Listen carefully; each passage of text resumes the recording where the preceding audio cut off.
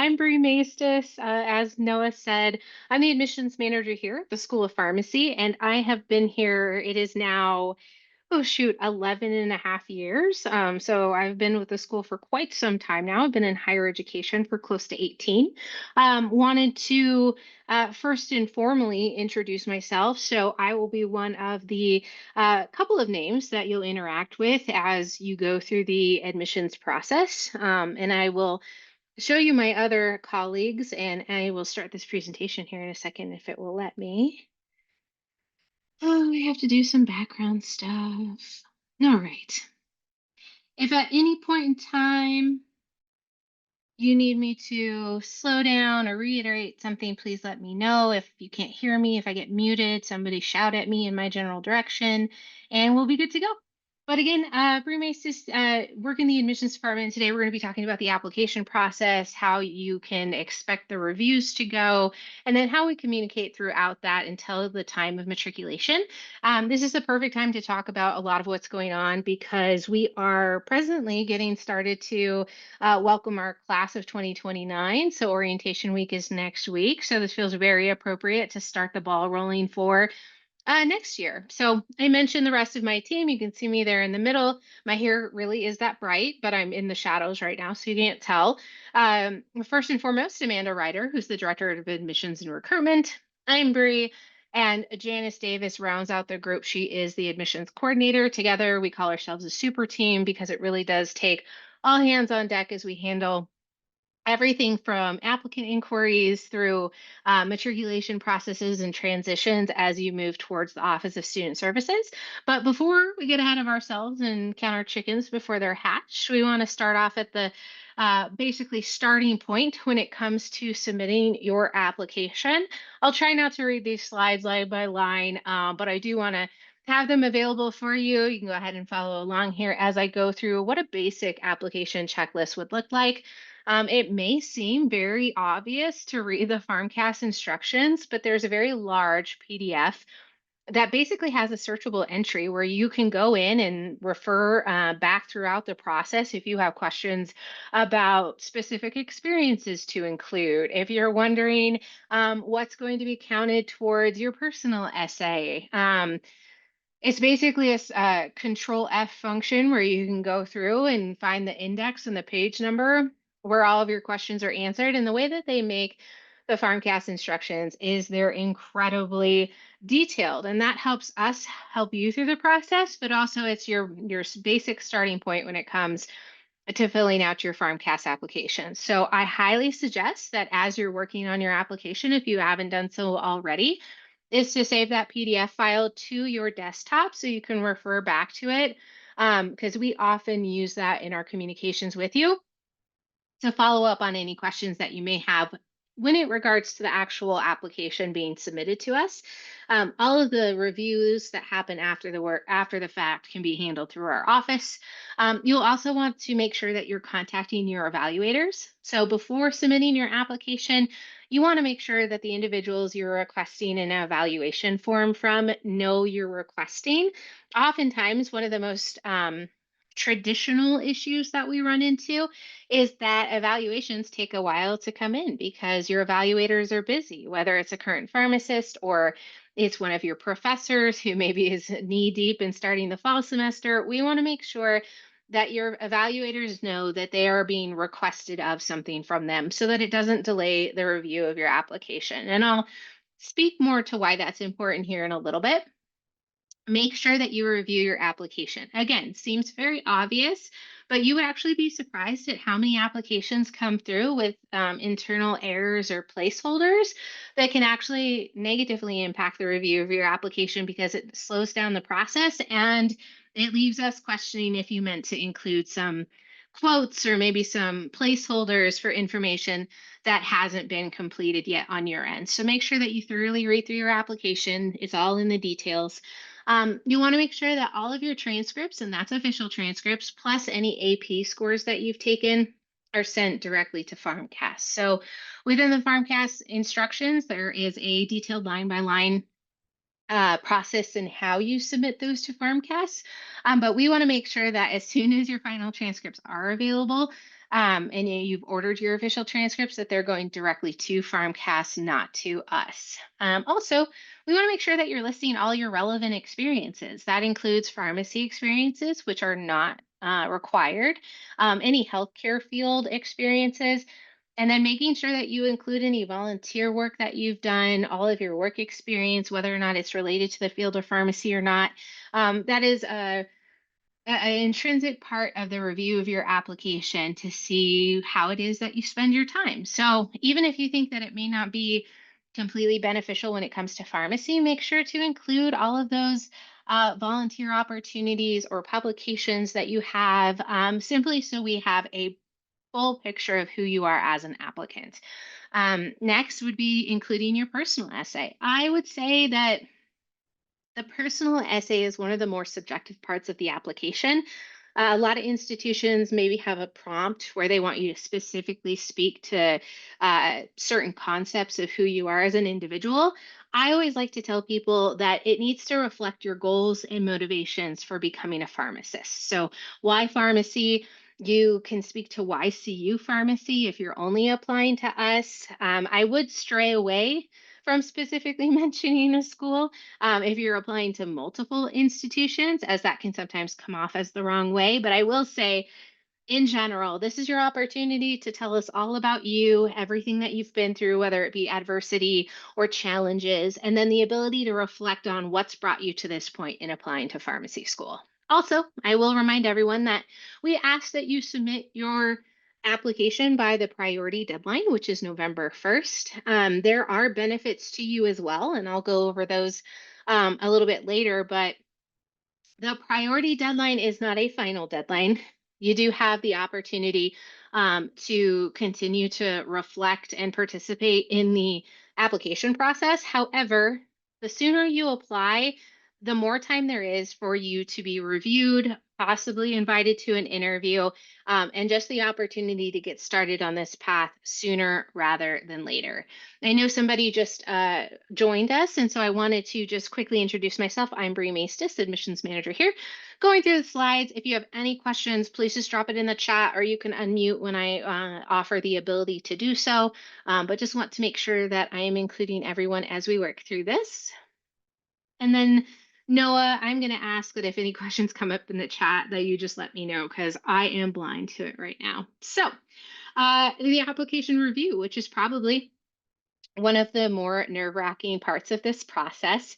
I'm going to tell you how to navigate it to where it is no problem whatsoever. So don't miss out on our emails. So right now you're in communication a lot with the possibly marketing team, possibly recruitment team, but we also want you to pay specific attention to our emails. So our admissions email is here up on the screen, sop.ossapps at cuanschutz.edu. I know that is a mouthful, so you don't necessarily have to write it down right now, but I would suggest that when you do get that preliminary email directly from us, that you approve it as a sender so that none of our emails go to your spam or your junk folders, because it happens frequently, especially because our subject matter is a little bit, we try to do our best, but sometimes you put an exclamation mark in there and they absolutely send it to junk. So we don't want important communications about your application going to the junk folder. And I have to stress this at the beginning because it happens frequently enough that people have missed invites to interview. So you don't want that to be you. The initial review. So once you have submitted your application by the deadline, the admissions team, which is myself and Janice, will go ahead and conduct our initial review for completion, which includes the requirements that we need in place prior to starting that review. And I'll let you know what those are as well. But this is all prior to the admissions committee making their decisions. So oftentimes individuals want to know if you can submit your application while you still have prerequisites pending. And the answer is yes, you do not need to complete the prerequisites at the time you submit your application. However, we do rigorously reach out, and by we, I mean Janice, and she is she's very stern. We'll need to communicate with you about any missing requirements. So she will conduct a prerequisite review of your application, and she will send you a very detailed and thorough breakdown of the classes that you've finalized and completed. and then any of the prerequisites that you have not yet completed. So it is your responsibility to communicate with her in, I'm taking this in the spring, or I'm taking this in the summer and I need to fill out a waiver. And I'll walk you through what that process looks like, but it is very easy to get a hold of us and to make sure that your application is finalized. So we want to make sure that's happening as soon as possible, regardless of whether or not you received an invitation to interview yet. Lastly, we are always looking for the letters of recommendation, which are the evaluations, and we require two. The final deadline for evaluations is June 1st, but we can start the review of your application if we only have one eligible evaluation in the portal. So make sure that you're getting those in as soon as possible because that is the final piece that allows us to review your application. Awesome. Any questions at the moment that I can answer as I continue on? I have a question for you, Bri. Yes. As far as the prereqs not being completed by the time of submission, is there a certain number that you guys require be complete? Like, I, I'm under the impression that you have to only have like 3 remaining prior to submission. Is that accurate, or is there a different number? Yeah, so we don't advertise a number specifically because it can lead to a lot of confusion because you could say, okay, 3 courses or 9 credit hours. It depends on how you're looking at it, but that's a really good question. So if you're applying now, right, in what we would consider the fall semester, we would want it to be 100% evidenced by your pending coursework. So you have the opportunity to include your completed coursework and your enrolled courses when you upload your transcripts to FarmCast. What we would want to see in the initial review of your application is that you've completed a lot of the prerequisite coursework. It shows you're enrolled in the fall and maybe even shows that you're enrolled in the spring in most of the remaining prerequisites. So during Janice's review of your coursework, she will oftentimes highlight, let's say you were missing microbiology, physiology, and biochemistry. She would go through and say, I see you're enrolled in microbiology in fall. I don't see where you're enrolled in physiology and biochemistry. Can you tell me more about this? That is then your opportunity to express, yes, I was planning on possibly enrolling in the spring, or, I'm struggling to fit that into my course load for the remainder of your school tenure, and you'd like information on how to extend that into the summer, which is where a summer prerequisite waiver would come into the picture, which would allow individuals to take a very minimal amount. We say 3 classes in total. We really try not to go outside of that mark. And you guys simply know that from taking heavy college course loads that it can become cumbersome and difficult. And so we really want to make sure that your summer prior to pharmacy school is not a stressful time if we can help it. But you can apply as long as you're able to show us the completion path to having all of those prerequisites done by the basically the first week of August is our deadline. So I know that's a very long and convoluted explanation, but I want to make sure that you know that you may not be as um, delayed as you may anticipate if you are still presently taking prerequisite courses. But I do like to emphasize that you can contact us to get a transcript review and get an even clearer picture of where you are with your prerequisites and your pending coursework so that we have a quicker way to review your application and find your best path forward because we want to make sure that there's no anxiety when submitting your application, specifically if you have pending coursework. So that is a prime question. I'm really glad that you asked it because I hope that it clears up that you can apply with pending prerequisites, but it is a case by case review, and we would love to help you to try to iron that out to see where you're at in the process. Did that answer your question? Yeah, it did. Thank you. You're welcome, Joseph. Anybody else? Yes, my name is Ahmad Muhammad. I would like to ask you, now I'm going to graduate from University of Minnesota. I haven't taken English composition 2, but I have to take on this fall English writings in University of Minnesota. Do you accept this, or can I may take the composition 2 English? Yeah, absolutely. I think I am adding to Janice's workload today because that is a very good situation where I would recommend emailing your transcripts over to our admissions team, and you can send them to Noah, and he'll get them where they need to go if you have the email in front of you already. But I would like to take a look at that circumstance to tell you directly, simply because I don't have it in front of me and I don't want to make a decision live without really being able to see what I'm working with here. But we would absolutely be able to take a look at any sort of one off or very nuanced situations because I mean, there's thousands of institutions in the states and all of them decided that they were going to do their own thing. So we're pretty good at parsing out what you would still need to do, but I don't want to confirm anything without really seeing it. So please, please, please go ahead and send that over to us, and we'll do a full review and let you know specifically how we can move forward with getting that prerequisite all outlined.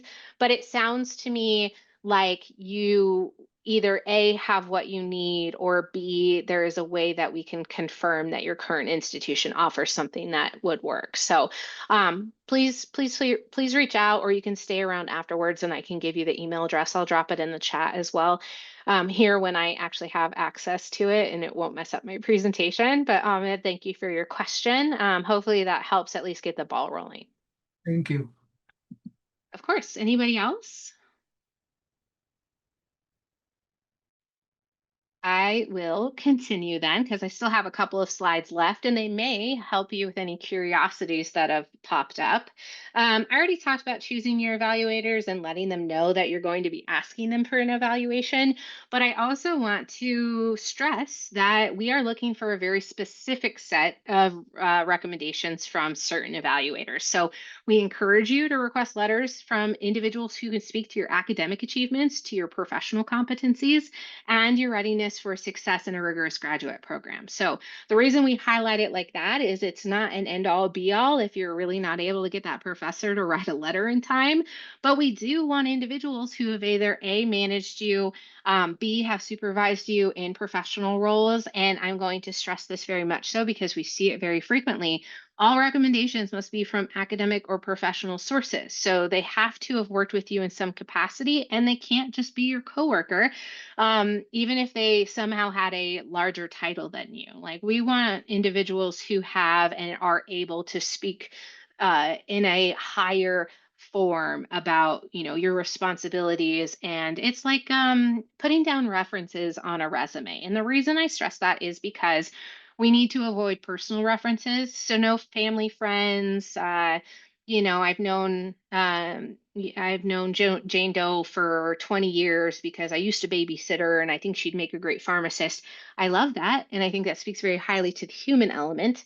But more often than not, it is just a nice to have, not a need to have. And so keep family members and coworkers and peers, your best friends. I'm sure they can speak very highly of you, but for the professional program reasons, we want to keep it very exclusive when it comes to your evaluations. That may mean that you have to ask multiple entities to complete the form for you, but please let us know. If you're encountering issues or delays getting those letters in, please let us know so that we are not creating a delay in the review of your application.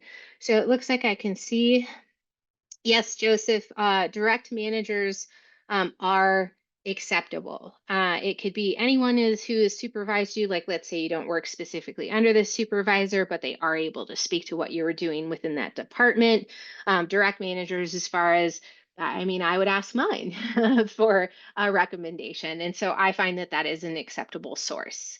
I do often get the very proud uncle who's a pharmacist who wants to recommend their niece or nephew. And I love it, but it just unfortunately does not meet our current eligibility requirements. So hopefully that won't be an issue, and we'll gently let you know if a letter of recommendation is not meeting the eligibility requirements, and we will give you ample time to replace it. So in continued review of your application will begin to be reviewed when at least one of those letters of recommendation have been received. The final letter of recommendation, so 2 total, have to be in your FarmCast application by June 1st. Don't email them to us directly. I don't want PDF versions or mailed letters, because we can't keep them in your application and they get lost and it just gets chaotic. So make sure they're sent through the evaluator portal. If we need additional information from you, which we usually do, the admissions team, either Janice or myself, will be in contact via the email that I sent out to you, and Noah dropped it in the chat as well. So do me a favor right now, copy, paste, save it somewhere, email us. You can even send us a test email, but I'm sure Janice will be very sad if she gets 20 emails just now, letting people know that they're adding us to their mailbox. But I also spoke about your personal essay. So clearly express motivations for pursuing pharmacy. You can share relevant work experience and academic experience. I find people use this a lot to say, why pharmacy? Here's what's gotten in the way. Here's what's been an inspiration to me. And I find those have the best ability to impact just standing out in general. I would also say, if you do lean on the internet to Google a prompt, try to use it simply to create a inspiration for how you want to express yourself, and kind of shy away from using a very blanket statement. Also, when completing your FarmCast application, got to highlight your academic background, any sort of volunteer involvement, pharmacy and work experience, again, pharmacy not required, and any unique circumstances that shaped your path. So within the FarmCast application, you have the ability to list any special life circumstances, any COVID impact statements, maybe possibly you had some lower grades within your application, like I don't know, maybe your sophomore year, the fall semester just wasn't going right and you struggled a little bit, but you want to provide further context to your application. There is a spot on the application for you to upload your own documents. And I would highly suggest that a personal statement goes a very long way when discussing who you are as an individual, because you're more than just a couple of numbers on an application. So, continuing throughout our application review, because it is a long process, we CU Pharmacy operates on a rolling admissions basis. So, what that means is we open up our application, which is open right now. It opened July 10th, and we accept applications up until June 2nd of 2026. So right before the fall semester begins for the class of 2030. This means that we're able to start reviewing applications as early as this month. We will begin interviews in September. We will start offering admission in September, and we will continuously offer interviews and extend acceptances throughout the cycle until the end of June. So some institutions like to do it all up front, where they collect information, they invite once, you interview, you're offered admission, but you don't know if you're a student until the end of the year. So we don't do that, thankfully. Also, we undertake holistic reviews. So if you don't know what that means, it means every application is thoroughly evaluated, but it's not just based on GPA. It's also not just based on any sort of academics. We take into consideration your evaluations, so your letters of recommendation. We take into consideration your experiences, your personal essay, additional documents and statements that you supply, your special life circumstances, your HRSA indicators, which can be things like first generation student, population of the town that you grew up in. Those are all optional questions, but we often say that it is a service to you to be able to report those things. And then we ultimately look at any sort of trend that we see with maybe your grades dipped this semester. What could have played into that? So the more information you give us, the more information we have to review. I just wanted to point that out because I think it's important when you're talking about what makes you eligible to be a pharmacy student. And often the best pharmacists are not necessarily those who have a 4.0 GPA. So I just, yeah, I think that's important to express. So as far as interview eligibility goes, you could be invited to interview before all of your prerequisites are completed or before the letters of recommendation are received. And I already gave you the caveats for that, but just so you know, one more time, prerequisites have to be completed prior to the first week of August. So that allows for some time for you to start orientation week. And then LORs have to be received by June 1st. That is the caveat and contingency to any invite to interview and offer of admission. If those things aren't received by the deadline, then your offer gets rescinded, et cetera, et cetera. But we don't need to trend negative on this conversation. Prerequisites have to be completed by the spring semester. I already answered the previous question of yes, in certain circumstances, we offer a summer coursework waiver, and that allows Janice to say, what are you taking? How many credits? Where are you taking it? When are you going to be done? You have to get a C or higher. I expect screenshots and midterm grades and a letter from your professor. So it's a lot of work to take a course during the summer, but it helps us make sure that not only are you accountable to finishing the prerequisites, but we're accountable to make sure that you can start classes this fall. So letters of recommendation, already went over that ad nauseum. It's pretty redundant, I know. Questions at any time, as soon as you hit submit on your application, you become one of ours. And so ours being the admissions team, you reach out to us about support or clarification. Now, there may be times where we have to ask you to reach directly out to FarmCast, but we can at least be your one-stop shop for all inquiries and get you where you need to go. So what happens next? If you are eligible to be invited to interview, you'll get an invitation to interview through email. And we offer 2 different interview formats plus travel support for individuals who are both in the state of Colorado and out of the state. So interview options are available for virtual, which we do through Zoom, or you can choose to participate in an in-person interview day. Virtual interviews are on Thursdays and in-person interview days are on Fridays throughout the admission cycle. We do about one in-person event each month, and then about every 2 to 3 weeks we conduct Zoom interviews. Let's say you get an invitation to interview and you're like, none of these days work for me. What am I supposed to do? You email Janice and myself and you say, I really want to virtually interview.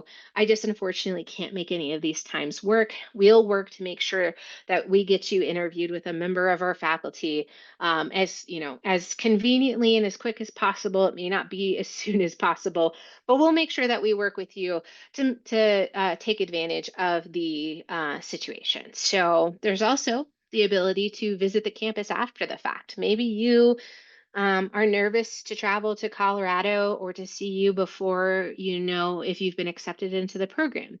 The campus day allows individuals to complete a virtual interview, and then if you are admitted, we would extend an invite to participate in the Friday day. Now, campus days and in-person interview days are held on the same day at the same time. You get to interact with your peers. There are individuals who have been accepted. There's individuals who are, working towards acceptance. But you get to, experience the day amongst them. And I'll walk through what an interview looks like on those days. But it is an event for you and 2 of your guests to come in and participate on campus, because I believe that our Anschutz Medical Campus is a major selling point on where you would want to continue your pharmacy career. So that basically leads to, how do we help you make that happen? We offer a travel reimbursement for both in-state and out-of-state candidates for up to $200. Now, if you're in-state, it's really hard to get up to that $200 because we're basically going to cover mileage. If you were maybe on the outskirts of Colorado, maybe you're in Grand Junction and you need to drive in, then we can talk about, getting more reimbursement for maybe an overnight hotel stay, but it's up to 200. So for out-of-state candidates, that means your flight's probably going to be more than $200, but that $200 reimbursement is going to help lower the cost significantly. All we ask is that you make sure your itinerary is in your name.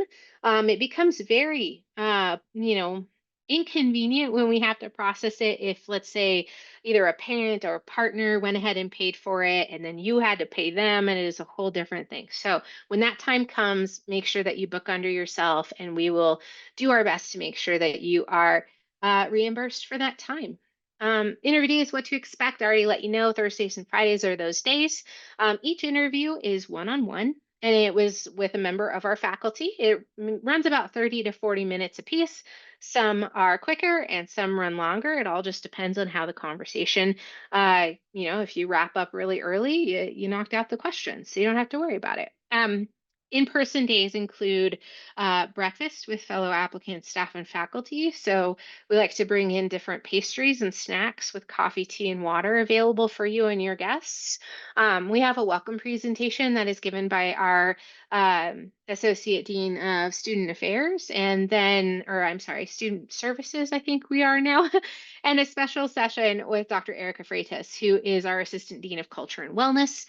Culture and Wellness, you'll see across a multitude of our job positions here at the university, because we are dedicated to the wellness of the individual. So lastly, you will have lunch and a campus tour led by our student ambassadors. We feed you and we feed your two guests, and then we go take a nice 70-minute walk around campus. Weather permitting, if it's blizzarding, we will do our best. But in Colorado, if you're from here, you know that in the morning it could snow about a foot and it will be melted by 2 p.m. So after your interview, so whether it's virtual or in person, you'll receive a feedback survey from us. It seems really silly, and the survey can take you about 60 seconds because it's just one individual question, or I think it's two. It basically helps us improve the experience for future applicants. So like I said, I've been here over 11 years. I have interacted with thousands of students, and every cycle it is my responsibility to make sure that each interview day is better than the last one. And so we are always looking for ways to improve, and we also want to know what's working. So if you really enjoyed an aspect of your interview, expressing that to us and letting us know is really important just for the services that we offer. Also, if you attended an in-person event, the reimbursement form goes out with the survey. So always keep an eye out for that. All right, we're wrapping up here. After your interview, everyone wants to know, when am I going to hear? What are the next steps? Admissions decisions are typically sent via email, so sop.ossapps within 2 weeks of your interview date. And I like to say working weeks because let's say you interview on a Friday, so 2 Fridays from then is usually when we try to communicate that. But we do attempt to have it done very quickly. So let us know if there's any time that you feel like a decision is taking too long, or maybe you had questions you weren't able to ask after or during your interview time. We want you to reach out to us and contact us and let us try to facilitate that for you. Whether it's letting you know, don't worry, decisions haven't gone out yet, or yeah, like it looks like we sent this. Let's get this all handled. So if admitted, which is the goal here, you'll have 2 weeks from the date of your offer to accept that offer of admission. It's very important that we follow the deadlines here, and it is a contingency of your offer of admission that you follow this deadline. And we know that important decisions like this can take time and clarification, and you need to see what financial aid is going to offer, and you have to figure out how you're going to move, and it's a lot. Communicate with us. If you need an extension on your deadline, the better thing to do is to keep asking for an extension than to ghost us entirely. So I mentioned why it's really important to apply by the November 1st deadline, if you're able to, is because the deposit is waived. We require a $400 total deposit. We allow you to pay that in 2 installments, 200 prior to March 1st, and then the additional 200 by March 1st. You can completely negate that altogether by applying by the November 1st deadline. So that is a benefit to you. Also, the benefit is being eligible for scholarship funds that are available. They're on a first come, first served basis, and we don't know, like we can't advertise the amount that we're able to award presently, but we do have the $1 million scholarship fund that we're working through, and they're awarded automatically upon your acceptance into the program. So there's no applications to fill out for our general incoming P1 scholarship. So that is also a benefit to you. We do offer scholarships for current students that are sent out on an application basis to individuals in their P1 and P4 years.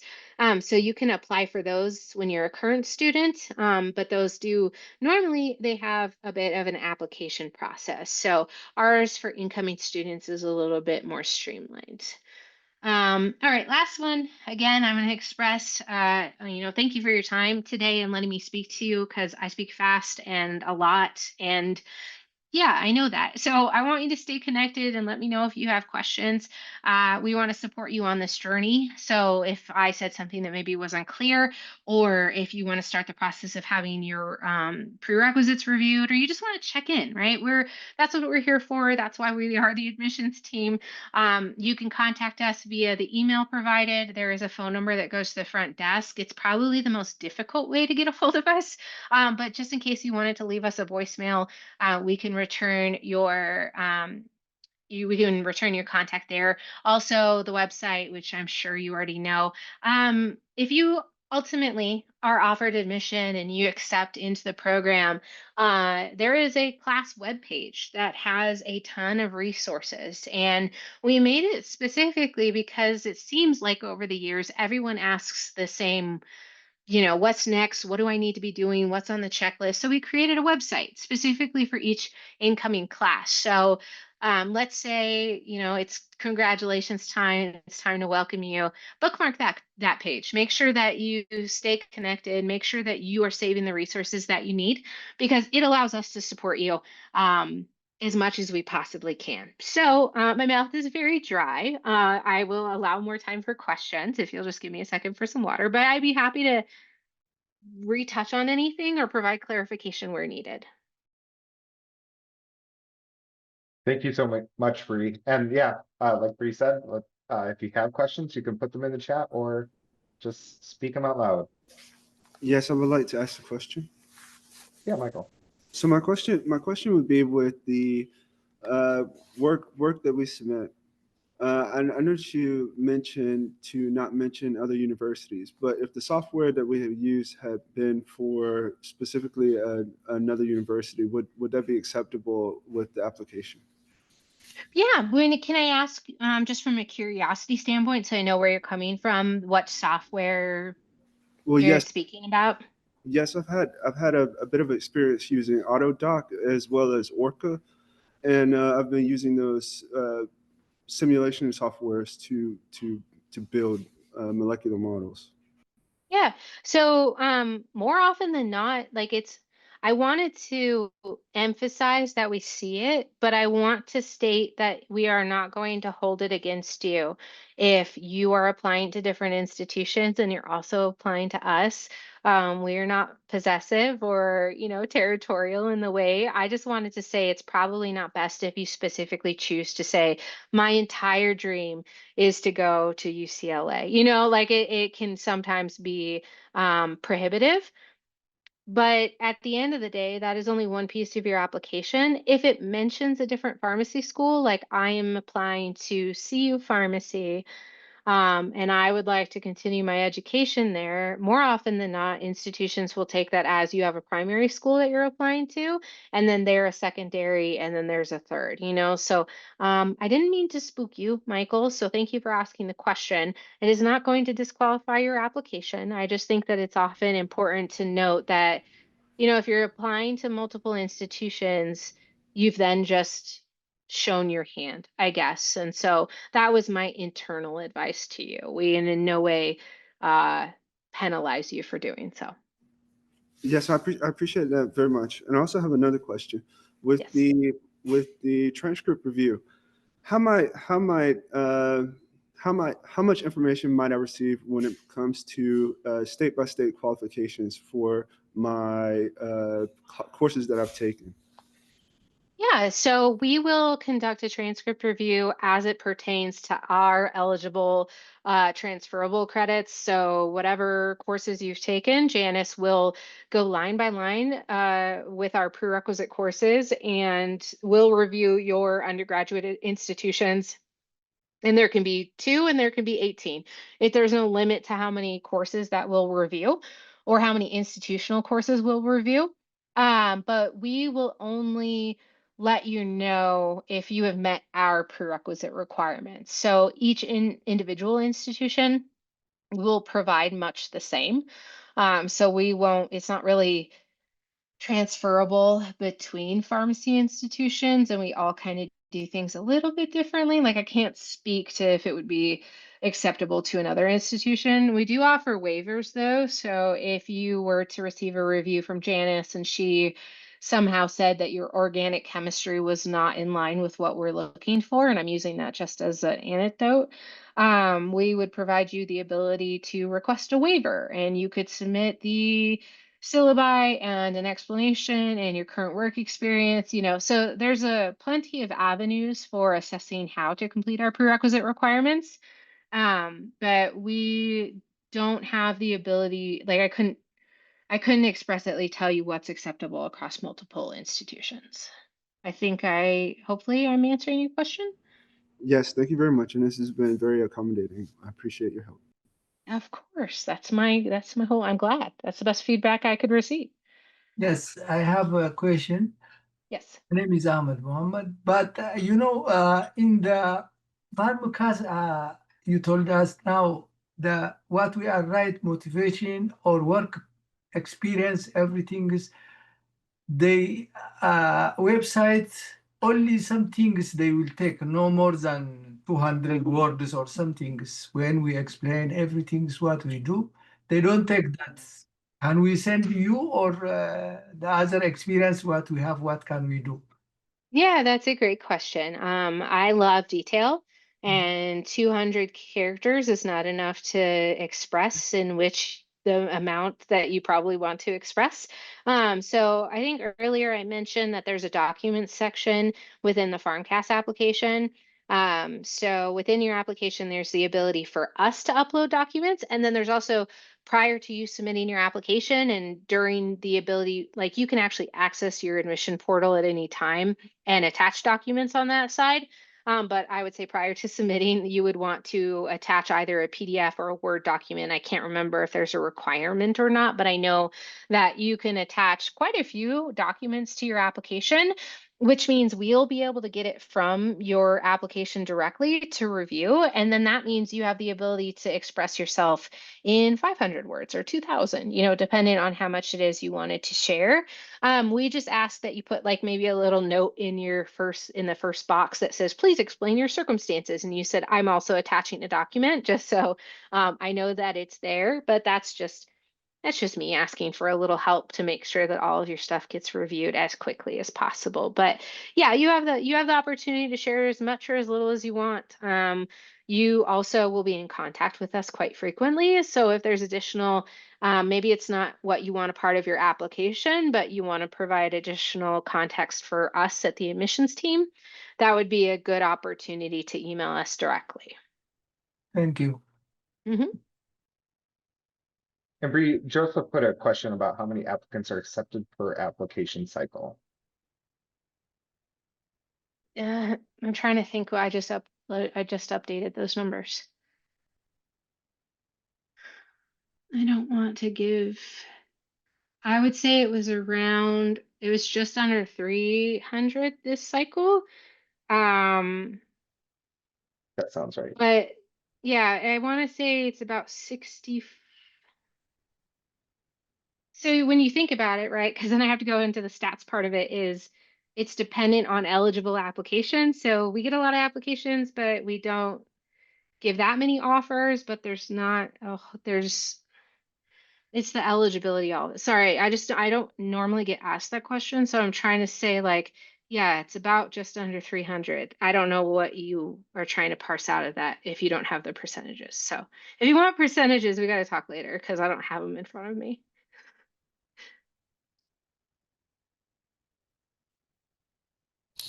I had a question just regarding prerequisite courses. I've been working full time for a pharmacy, so my bachelor's degree is not in chemistry or biology, but I've kind of taken classes all over, and I was just wondering if that is a negative, if you will, if someone has a lot of transcripts, is that something that you look at as a red flag? Or if I, provide the explanation, should I provide an explanation in the personal statement as far as why there's so many, I mean, it's not that many schools, but 2 different schools, possibly 3 now this semester.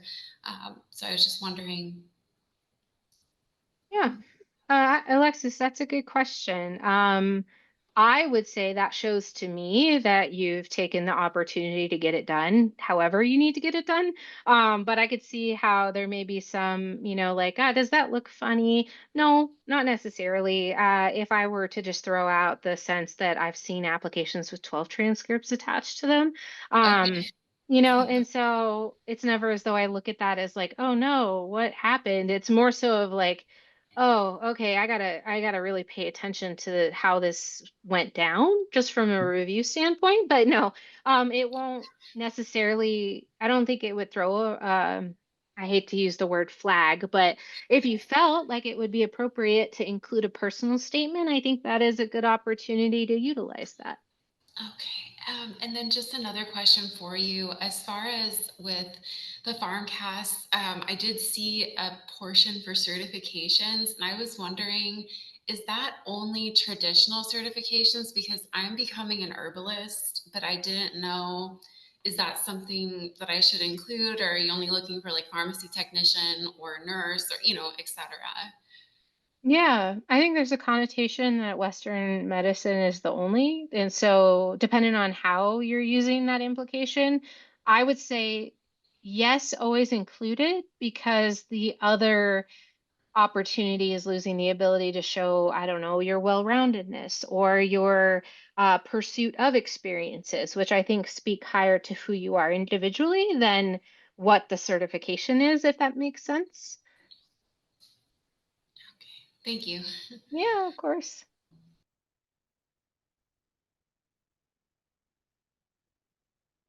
I also have a few questions. I wanted to wait till everyone was sort of done because I think I have a few. If that's okay. Um, and also thank you for facilitating. This is really helpful. My first question was like kind of related to Alexa's questions for your prereqs. A few of them are like online courses. Are those accepted or are those not accepted forms?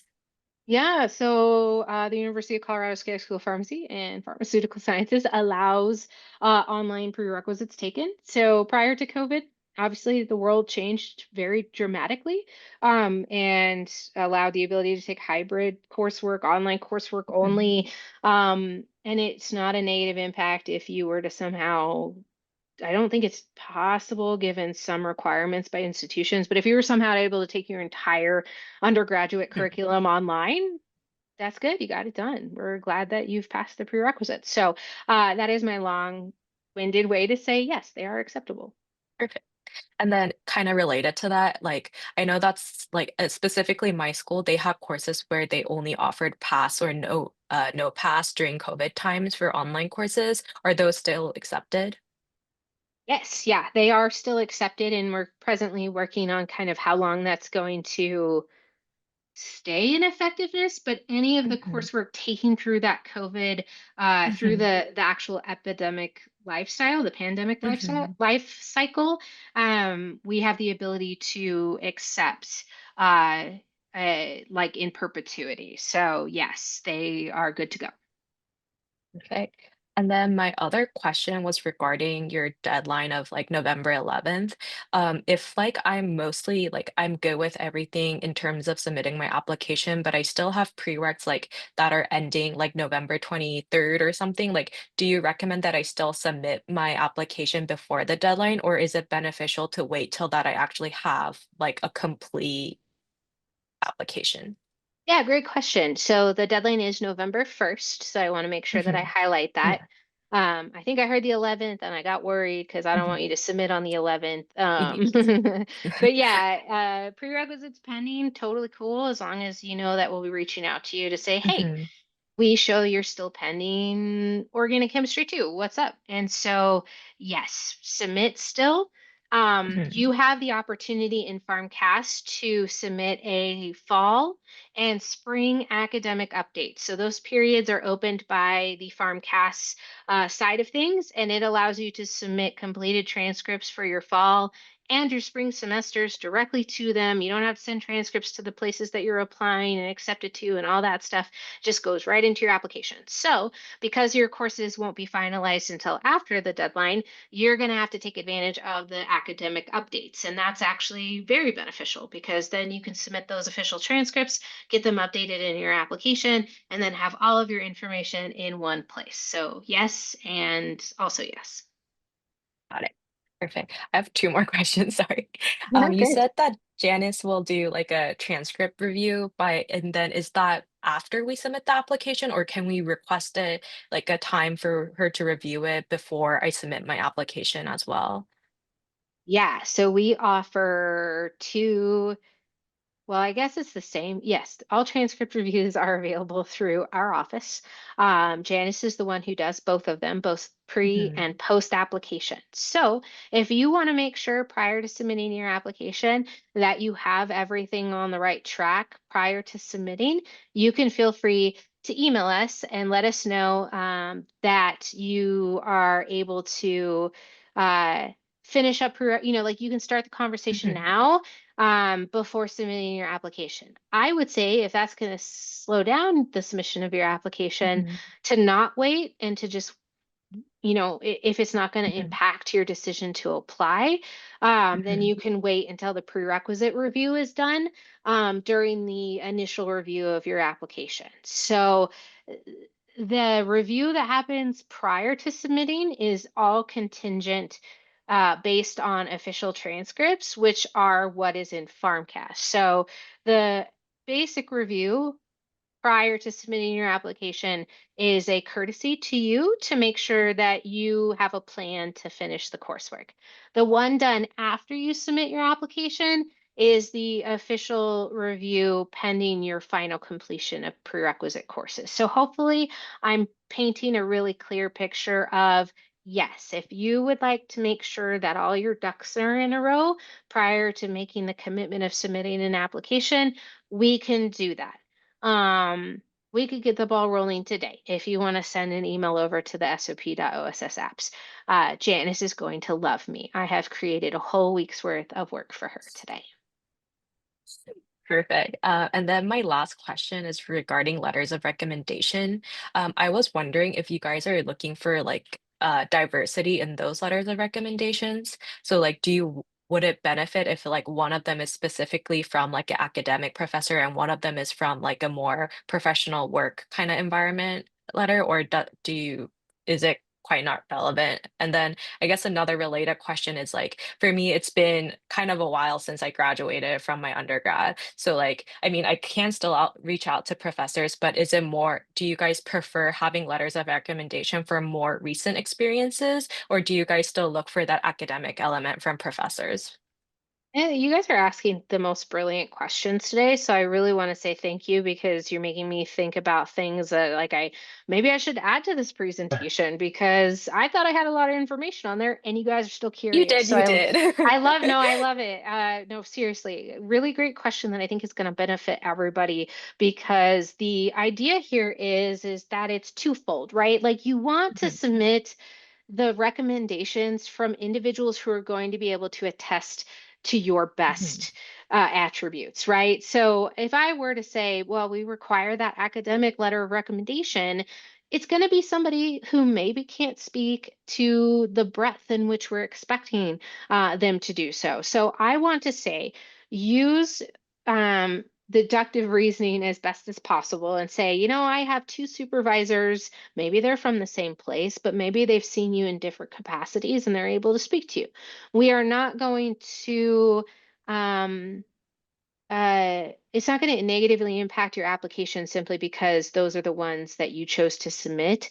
Because let's say, on the other hand, 8 years ago, you had a really great professor who you're like, they'd write a glowing review, but they haven't interacted with me for like that probably looks a little weird. So I would say, yeah, you know, probably not the best one, but maybe you've kept in contact with that professor and you meet and they advise and all of those things. So I would say for everyone on this call, when you're looking for and who could speak to the best of you, because you'd be shocked. There are applicants who come through and their letter of recommendation is like, I didn't really work with this person, so I can't really speak to who they are. And it's like, maybe ask people who want to speak on your behalf. And that can be difficult too, right?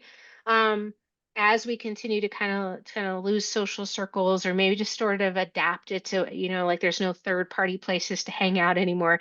We've kind of lost that ability to have this giant circle of people around us, but I would say lean into those who are available or seek that mentorship out of individuals so that you're able to rely on that and then request that final letter of recommendation by June 1st. So a lot of different ways that you could take this, but I think it is really important to say, I don't need to completely do that. What I just want you to stay away from is asking, you know, your coworker who might manage other people to write a letter for you.